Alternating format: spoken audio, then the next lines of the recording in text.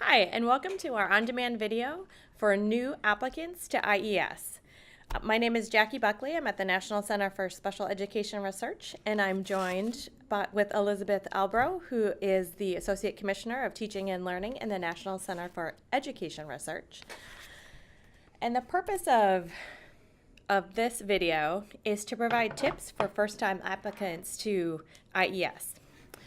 So if you haven't applied to us before, or you're considering applying to IES, we wanted to give you a broad overview of some things that you should think about as to why you might want to apply to IES, as well as some tips for if you do decide to submit an application to IES, what are some things that you need to think about.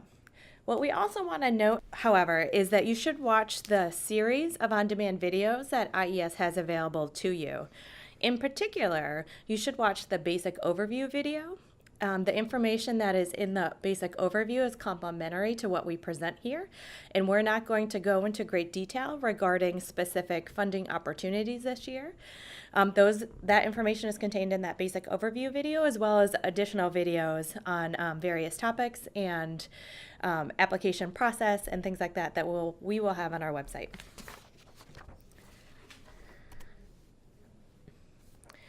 So if you're not familiar with IES, I just want to provide you an overview of who we are. So IES is the independent research arm of the U.S. Department of Education.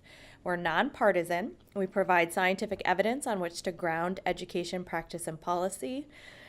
And we really want to share this information in formats that are useful and accessible to educators, parents, policymakers, researchers, and the public. We're authorized by law. IES came into existence in 2002 with the Education Sciences Reform Act. And then the Special Education Center came on board within IES in 2004 with the reauthorization of the Individuals with Disabilities Education Act, or IDEA. So as Jackie noted, IES provides rigorous and relevant evidence on which to ground education practice and policy.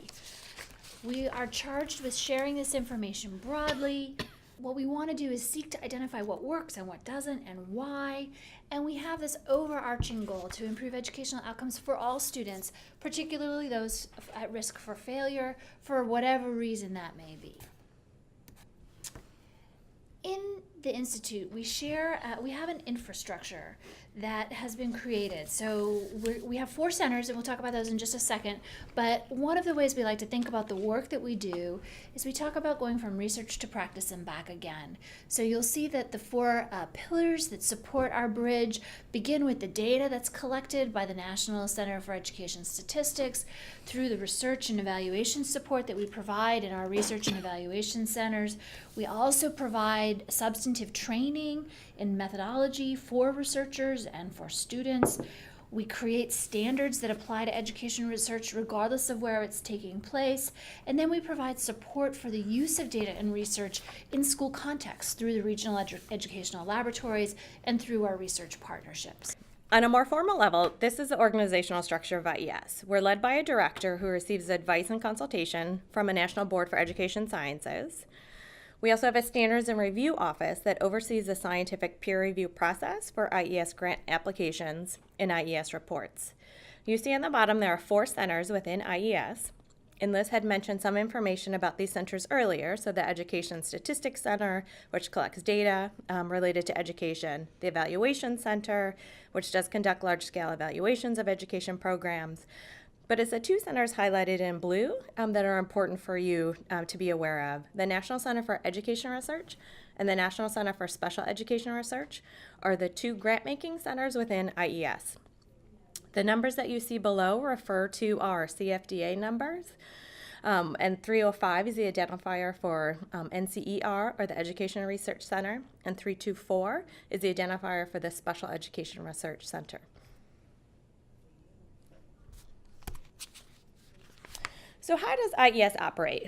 We had mentioned earlier that we're independent. We're the independent research arm of the Department of Education. And again, we are nonpartisan, or nonpartisan by law.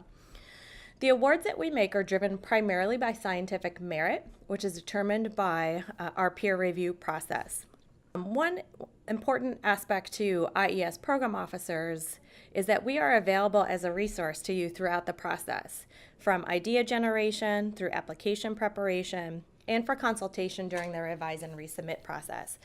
So basically we can help you as much or as little as you want. So definitely use us and use us as a resource to help you think about ideas all the way through drafts of applications. And we'll go over that in a little bit more detail later in this video.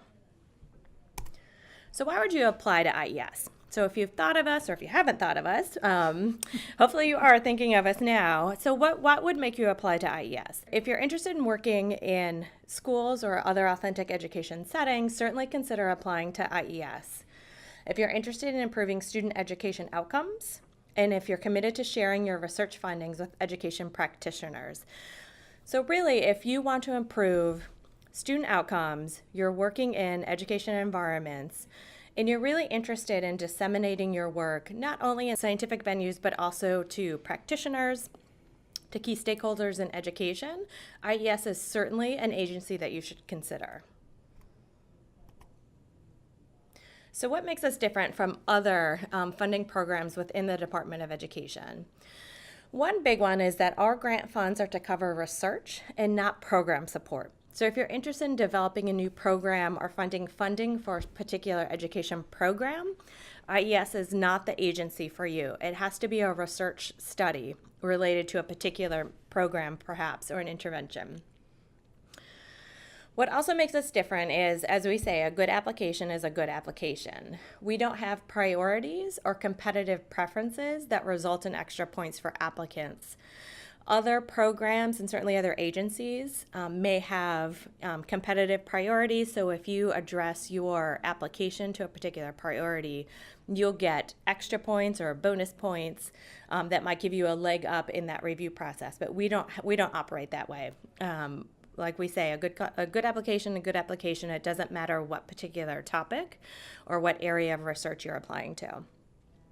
The other thing that's a little bit unusual in IES compared to other programs is reviewers have flexibility to assign points based on overall scientific merit. So we don't have a rubric that reviewers have to follow when they assign scores to our grant applications. They look through different sections of your application, and at the end of the day, once they've read your entire application, they reflect on the quality of the scientific merit of that application and then assign scores accordingly. And so they can weigh different sections of your application as they see fit and how it fits to that overall scientific merit of your application. IES is also unique because we support rigorous research at all stages of a project, starting with basic foundational research through iterative research to inform research and development of new interventions or to refine existing interventions, through supporting pilot studies and larger studies to determine efficacy. We've created a little graphic here, and if you're curious to get more information about this, you really do want to listen to the basic overview. But as you'll notice, we have 5 circles here that go from goal 1 through goal 5, beginning with exploration, which is the basic research where you can ask exploratory questions, through developing and innovating new interventions, through testing the causal impact of an intervention, either through efficacy or replication or through effectiveness. And we also support the development of measurement tools. I think the other thing that's really interesting to note and why we have these circles in a circle is because we think of these not necessarily as a linear pipeline. So the idea here is you could go from effectiveness to development to measurement, and then you could find out that you want to use the exploratory mechanism to actually examine the data you collected in effectiveness. The point of putting this out here is that we encourage our applicants to think carefully about which goal makes the most sense for the current project that they wish to apply to. So how does IES compare to other funding agencies in the great federal scheme of things? We've put up 3 columns here: the Institute of Education Sciences first, of course, the National Science Foundation, and the National Institutes of Health. We have determined that the 3 of us are really the agencies that fund the majority of the researchers that we typically fund. So, couple of points. Where do you find out about information? So the names of our program documents are different. So at IES, we produce requests for applications, or RFAs, and Jackie and I will talk more about RFAs over the next section of slides. In the National Science Foundation, they typically put out requests for proposals, or they'll put out Dear Colleague letters, which provide particular guidance around particular topics. For the NIH, they put out parent announcements, which are in many ways equivalent to our requests for applications. And then they have equivalent documents like Dear Colleague letters if they're really trying to direct a research community to a very specific program. A second point to think about as you're trying to figure out what makes IES different or what makes IES the same is to look at who manages the peer review process. IES and NIH follow a very similar process where we have independent scientific review offices. Ours is called the Standards and Review Office. NIH is called the Center for Scientific Review. And these offices manage the review process entirely independent of the program office side of the house. So program officers here at IES actually play a unique role, which we will talk additionally about over the next few minutes. For NSF, on the other hand, the program officers themselves actually manage the review process. So this means that the advice that they can provide is somewhat constrained, given that they actually are playing a substantive role in making final decisions about who receives the award. What about the program officer's role? I've alluded to that in what I just stated. So how much or how little can you share with the program officer about the work that you're proposing to do? And how much help can you expect the program officer to give you? I think at IES, I'm pretty sure I'm on safe ground saying this, at IES I think we provide the most advice of any federal agency that you're ever going to find. Because of the structure that we have and because of I think in part because of the individuals who we have in our house, in our office, we provide a lot of advice. Like we said, you can reach out to us with an idea, and we will provide feedback all the way along the line, including reviewing full or partial portions of your application prior to submission. For both the National Science Foundation and the National Institutes of Health, they provide some information, but most of that information is really directing you toward other documentation that's available or saying, this idea is really not a good fit for this particular program, you should talk to this other person. So if you want substantive help, I think IES is the place to go. How competitive are we? I think we are as competitive, if not more competitive, than our colleagues at the National Science Foundation and the National Institutes of Health. And I will say that we're going to present in a minute here some information about our general funding rate. I do want to just put in a little caveat here, which is that the funding rate that we give for overall, it's going to vary for small other programs, right? So not every program is competitive to the same degree. All right, so for the past 5 years, the IES applications have been reviewed and funded. We have a nice little graphic here that I think I hope will be of interest to those of you on the video, on the phone, however you're listening to us, right? So since 2012, you will notice that we've had a relatively stable number of applications that we funded. You'll notice there was a dip in 2013. That's the purple bar along the bottom.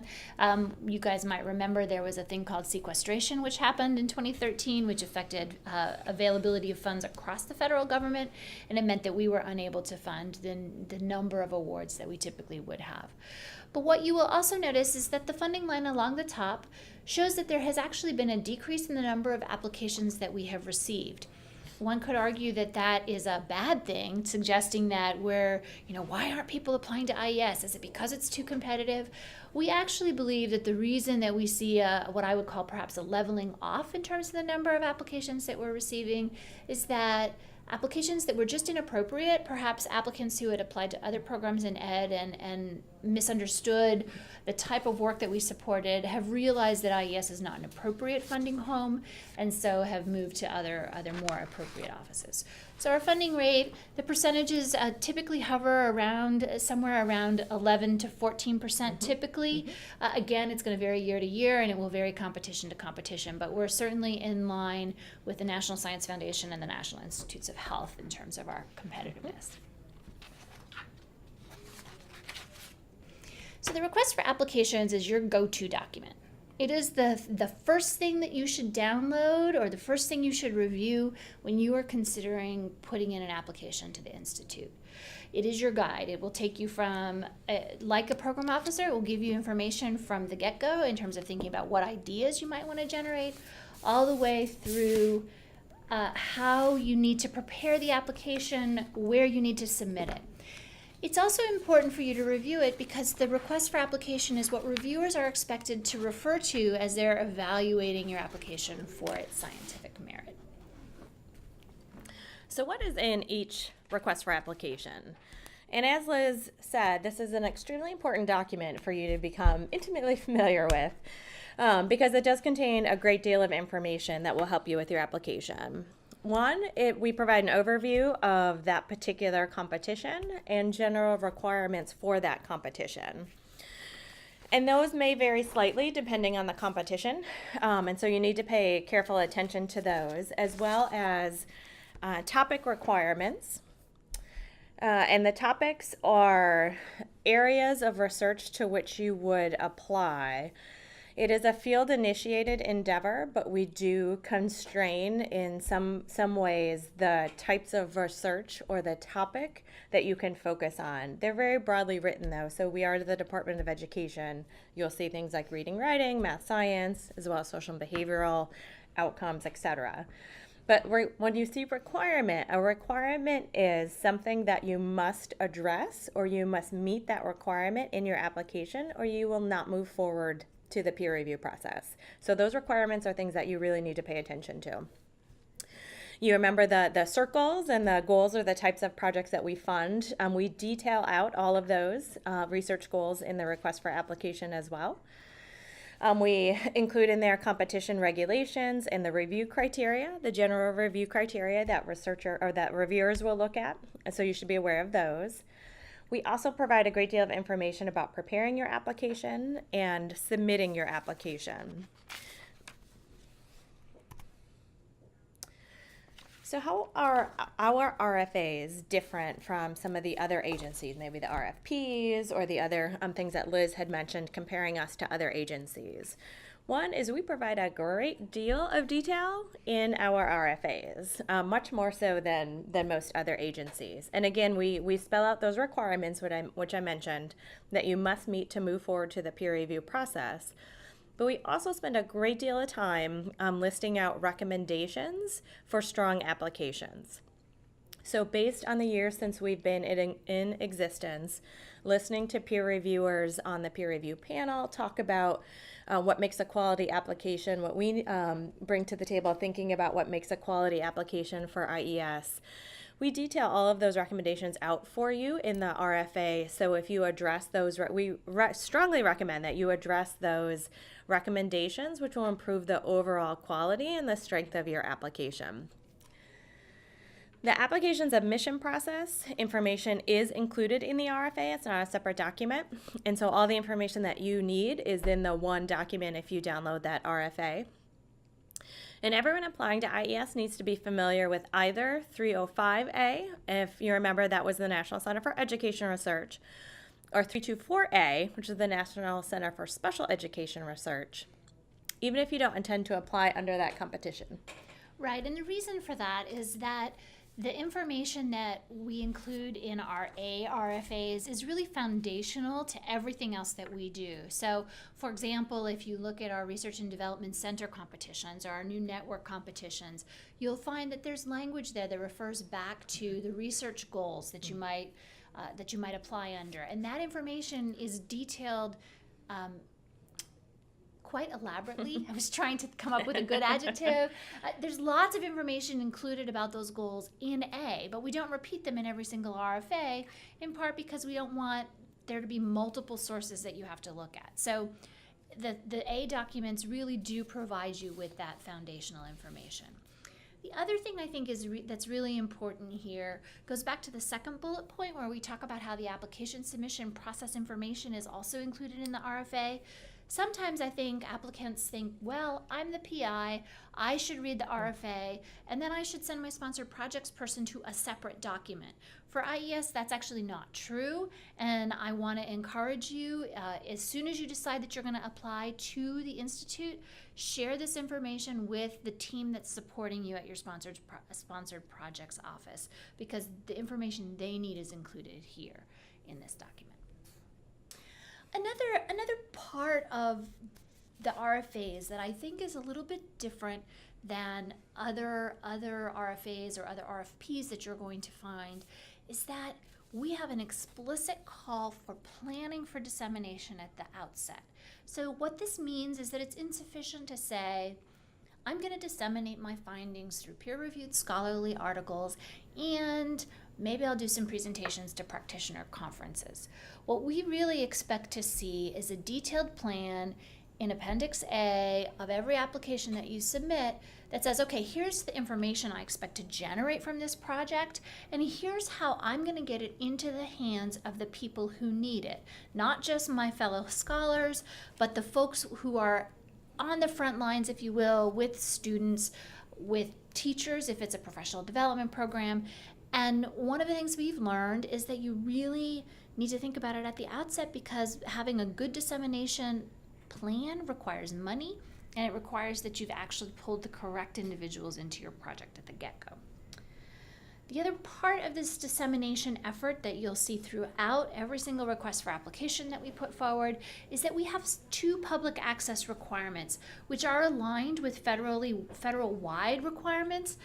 The first is that every peer-reviewed scholarly publication that you produce needs to be uploaded to the Educational Resource Information Center, I think is what ERIC is called. It's ERIC, eric.ed.gov. And that is our electronic library. So it's like PubMed for those of you who are familiar with the NIH system. And you're required to upload your manuscripts to that as a condition of award. Similarly, if you're collecting data that is either right now it's in a causal impact study, potentially we might ask you to do the same for some exploratory work. If there's data that could benefit from reanalysis by other PIs at a future point, you're required to put in a data management plan that talks about how will you safeguard privacy, where will you store it, how will you make sure that the coding manuals are prepared, and all of those things that one must do in order to have data that's ready to be shared. So what about our program officers? So Jackie and I have been program officers here for longer than we care to share. Let's just say we've been program officers here, and I think we both agree that IES program officers are going to be your best resource. So you are going to probably have a million questions when you start digging into the information that we have.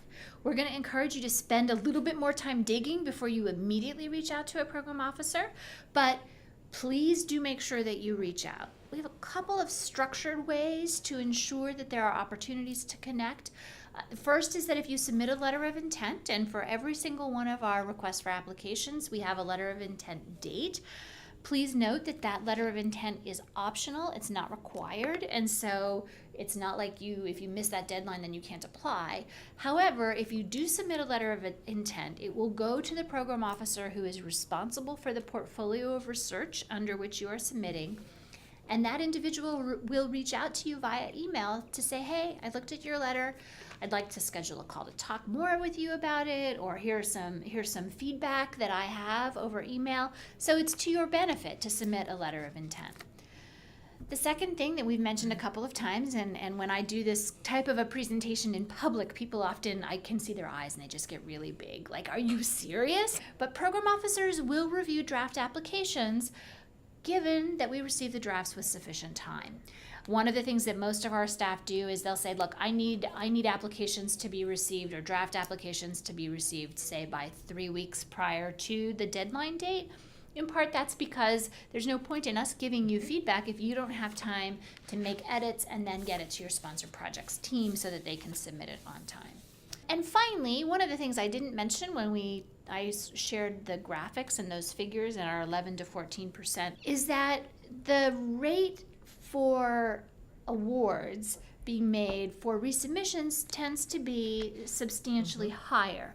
So first-time awards are typically harder to get, but resubmissions tend to see much greater success. I think part of the reason for that is that you can discuss your reviews with program officers who have been available, present, have listened to the conversations, and can help you understand the nuances of the written review comments that you receive. So those are some of the reasons why you're good resources. So we certainly have some tips for you to think about when working with IES program officers. And the first thing really is to read the RFA. So we've talked about what is in that RFA. It's very detailed. You have all the information about the requirements and the recommendations. And so when you reach out to contact program officers, I would say the first tip is to make sure that you have read that RFA before you reach out to program officers, because it will become apparent in conversation if you haven't, and most likely we'll direct you back to the RFA and then set up a later call or email exchange afterwards. 2 is use email. That's the easiest way to reach program officers. You are absolutely free to call program officers. Our contact information is included in the request for applications. Just know that I am much faster in responding to email than I am to phone calls. It's just more manageable that way via email. Again, you're welcome to leave messages, but what I think is the most effective is if you do that, then follow it up with an email and saying, hey, I left you a message about such and such, which will prompt us to be able to respond to you. Another tip for working with us is send us just a short synopsis of your initial idea for a research project, and that's something that we can then go off of and respond to what you have written and help think through your particular idea or your application. You can cold call us, or we can reach out and with having no description to go off of, and that's fine. We can have those conversations, but I find it much easier to respond to something written, so we can talk in more detail than talking without having any kind of description in place. And another reason why it's really helpful to have a written description ahead of time is that if then we need to call in another program officer, we can do that ahead of time. So it means we can schedule a single phone call for all of us as opposed to scheduling multiple calls. Great. And when you look at our request for applications, you'll see, as we had mentioned before, various topics or areas of research to which you would apply, as well as those research goals. And sometimes it's not always clear as to where your particular research idea would best fit. So you may have an idea that when you read it, well, it could go to an early childhood topic, it could go to a reading topic. If you're interested in pre-literacy or literacy, maybe you have something that you think is pretty much developed and you're ready to test it, but you might want to still tweak it a little bit in intervention, and you're not sure, is that a development project or is that something where I'm ready for testing? All those kinds of questions are absolutely appropriate for program officers, and we can help you think through those different options and help you determine what is the best fit for your particular research idea and your research plan.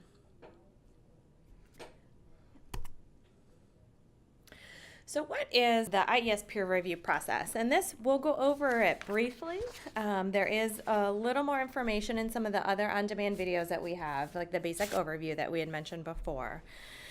But essentially, when you submit an application to IES, the first thing that happens is it undergoes a screening for responsiveness and compliance.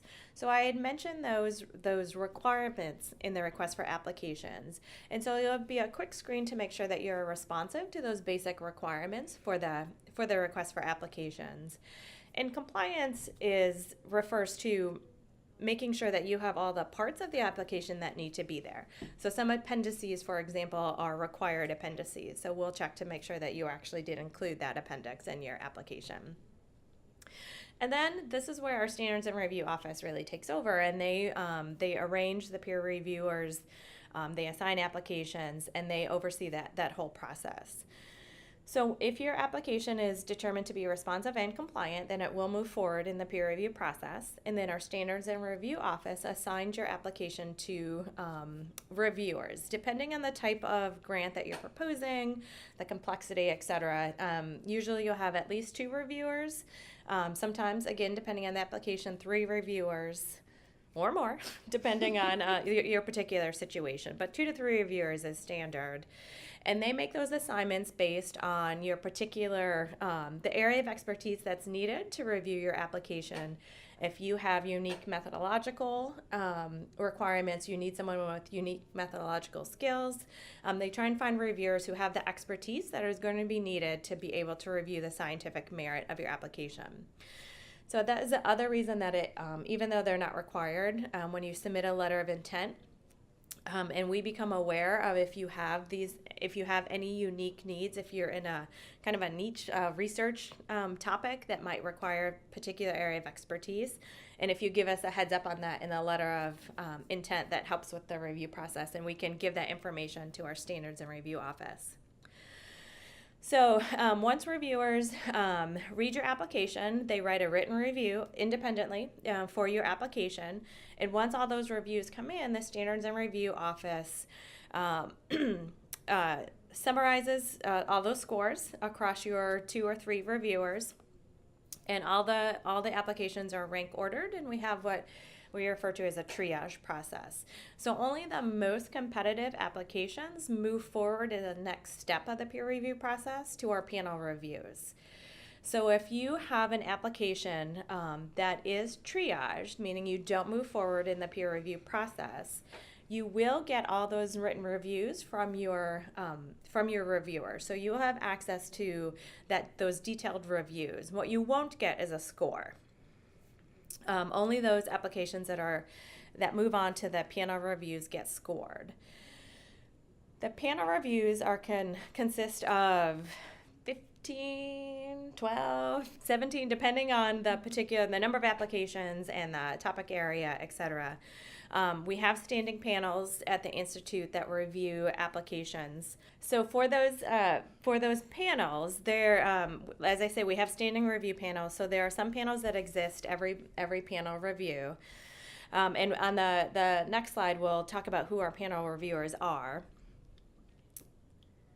And then during the panel review process, the applications are discussed by your primary reviewers, those folks who did those written reviews for you. They will present your applications to the full panel, and then there's a discussion about the quality of the scientific merit of your application, the strengths and weaknesses, and the overall feeling about the quality of your application. And then, as I mentioned, with the scoring for the triaged applications, you will not receive a score, and that is because during the paneled applications, the scoring often changes. So very rarely does an application come into the panel discussion and the panel review process and leave the panel review process with the same exact score. And so it's not comparable for applications that don't go through that peer review process. The scores are not comparable. So that is why we don't give scores on the triaged applications. But you will receive a final scientific merit score on your application that was paneled, as well as individual section scores. And we talk a little bit more about that in the basic overview video as well. We do have on our website, which is ies.ed.gov, a lot of information about IES, but also if you're interested in who the peer reviewers are, because we do get that question a lot of who is reviewing my application. We have all the information now on our website, and so you'll see on the left side the different panels, some of the different panels that we've had. And that if you click on each one of those, it'll give you a list of who reviewed for us on those particular panels. So you can see the types of folks who sit on those panels, and they're your peers in the research world. There are folks who have received funding from IES, but sometimes it is also folks who who have not received funding from IES, but who have a particular area of expertise in the field. It's made up of content experts as well as methodological experts. And it will vary by those individual panels. And I think another question that we often get when we share this information is whether there's a one-to-one correspondence between the panels that you see before you here and the requests for applications or the topics. And the answer is no. What you'll note is that we really have, our panels are organized by content area, but that content area can be spread across the different panel areas. So for example, we have a competition in education technology. Clearly, we don't have here in front of you an education technology panel, but what happens is that you may have someone who's doing, I'll just take the literacy intervention, they're developing a tool to support writing development that's technologically driven. So that would be reviewed by the reading, writing, and language development panel. Whereas if you had an intervention that was a tool that was supposed to be helping individuals learn how to study correctly, maybe to space practice, that would probably be reviewed by the basic processes panel. So just be mindful of that when you're thinking about the role that the panels play. All right, so the next couple slides we have here are really just providing you with sources to go to get additional information. This is really meant to just hit the highlights about what's unique about IES and why should you look here. But there's no way that in this short video we can actually do justice to all of the resources that you have that are available to you on the web. So this web address, ies.ed.gov/funding, is the web address that you need to find all the information about our currently available requests for applications. It'll provide you with links to resources that you can use. It will provide you with links to the Standards and Review Office. So if you've not been to that website, you should go there. As you'll note, we have our little check boxes here in terms of what are the steps to follow. I think we've talked about just about everything except that final one there, submit the application. Just a reminder, that is a critical part of this whole process. If you don't submit, you can't get funded. A couple other places, if you're still curious and you want to know more about what it is exactly that IES funds. So we have all of our abstracts for every project that we funded since 2002, so the past 15 years. We have structured abstracts for each of our projects. If you were to click on any of those buttons here, I'm just sort of thinking if you wanted to find out what a researcher who you knew, whether they'd been funded, you could click on the downward arrow where it says principal investigator, find that person's name, click there, and then you would end up with a link of all those projects and lots of information about it. So if you're curious about a particular program, if you're curious about a particular content area, I would encourage you to spend some time exploring and look at the kinds of work that we funded. And here's another area where we're slightly different from some other agencies. And most agencies will post abstracts of funded research. Our abstracts are also posted, but we do a little bit more editing maybe on our end. So many agencies, the abstracts that they post are the abstracts that the researcher submitted with their application.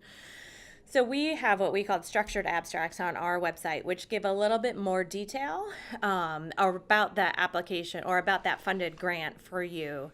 More detail on the purpose and the methods and the assessments that they're using, etc. And so that is one way that we're slightly different from other agencies as well, is the detail of the information that's available on our abstracts, which is helpful to you when you think about what makes a quality application and is my work the type of work that IES might want to fund. You do get a lot of nice detail in the abstracts that we have available. That's absolutely right. So I definitely recommend looking at our abstracts as you try to think about whether this is the right home for the work you'd like to do. The final area that I wanted to just highlight is that we also have a blog. And in the blog, we try to highlight findings from current projects, or if we have new trainings that are coming up, or if we have awards that our PIs have received. So we don't currently have a way for you to subscribe to the blog. So one of the reasons why I wanted to put this up here is so you can actually know that it's there. You should follow us on Twitter if you want to know when we get new blogs, because that's typically our communications director will tweet that out. So our Twitter handle is @IES Research. But this is another great way for you to learn more about the work that we're funding and what people are learning and how it's being applied to education practice. Remember, at the very beginning, we talked about how the critical importance for us is not only supporting the research, but getting the research back into the hands of the people who are working with our students on a day-to-day basis so that they can change practice. And I think the blog is a nice forum that we can use to actually showcase the kind of work that's happened. All right. So I think that's everything for us. I think that we've put our email addresses here, so you can certainly reach out to us directly if you have questions. I've included our Twitter handle there, and we also have a Facebook page for those of you who are on Facebook but not Twitter, or vice versa. But I really would encourage you to follow us on both of those, because that's another great way to know about new competitions that are coming out, to know about new findings, and it's just a great way to learn more about the work that we are supporting. All right, so thanks so much for listening. We're really glad that you're here, and we hope that we'll see applications for you in the future.